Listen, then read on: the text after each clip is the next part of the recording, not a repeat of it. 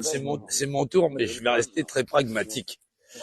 Toujours très pragmatique et dans cette côté pragmatique, il faut rappeler comment elle s'articule la société humaine. Il y a tout un tas d'êtres humains qui veulent changer la société. On voit leur engagement depuis des années.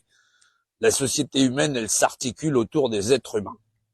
C'est les principes de base de cette administration. Chacun d'individus repose la société humaine à intervenir. Chacun d'entre eux est son propre représentant. C'est ce qu'on appelle les principes où on parle tout à l'heure. Jean-Michel parlait de il s'est mobilisé. C'est le premier acte de foi d'un individu à s'intégrer dans la société. Je mobilise moi-même ma représentation et je fais face aux difficultés de la société. Ensuite, j'arrive à m'organiser avec d'autres individus à qui je donne mandat. Et c'est pourtant ce que font les hommes sans comprendre déjà la base de l'administration qui repose sur les hommes libres et égaux en droit. On veut le document là-bas, la Déclaration des droits de l'homme et du citoyen. C'est la base même de l'administration et de tous les fonctionnaires à comprendre leur métier. Celle qui fait qu'aucun individu n'a le droit de nuire à personne, que chacun doit maîtriser la notion de force publique qui a effectivement la capacité d'un individu à faire valoir le droit et la loi, soit par lui-même ou soit par ses représentants s'il les a désignés. Il faut être ici très pragmatique.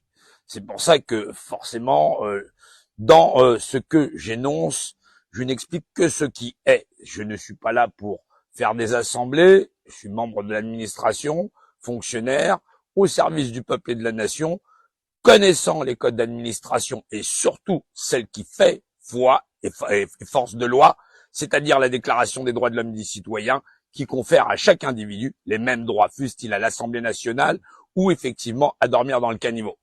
Ils ont tous les mêmes droits fondamentaux. Simplement, l'ensemble de la société humaine et civile a conféré ces droits d'administration personnelle à des individus qui, bien sûr, aujourd'hui les manipulent. Ils contrôlent la quasi-totalité des forces publiques et effectivement, la force publique est au service de tous et non entre les mains de qui elle a été confiée. Il faut de la lucidité pour l'ensemble des populations pour sortir de ce phénomène-là. Parce que les carences intellectuelles ou de perception sont tellement larges qu'il y a un fossé entre ceux qui dirigent et ceux qui sont dirigés. Tout un tas de systèmes de croyances dans les réseaux sociaux où effectivement ils vont nous faire, on va nous faire, ils légifèrent, les gens consentent ou pas. C'est aux hommes de consentir, de donner mandat à un individu ou de le révoquer. En disant, il y a ici un vice de procédure et un vice de forme qui, effectivement, enfreint ma notion de droit naturel. On fait donc appel au droit supérieur. C'est ce qu'on appelle le phénomène constitutionnel institutionnel, placé au-dessus de l'Assemblée nationale.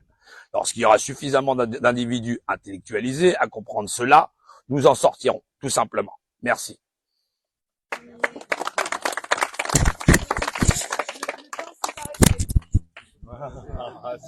C'est pesé.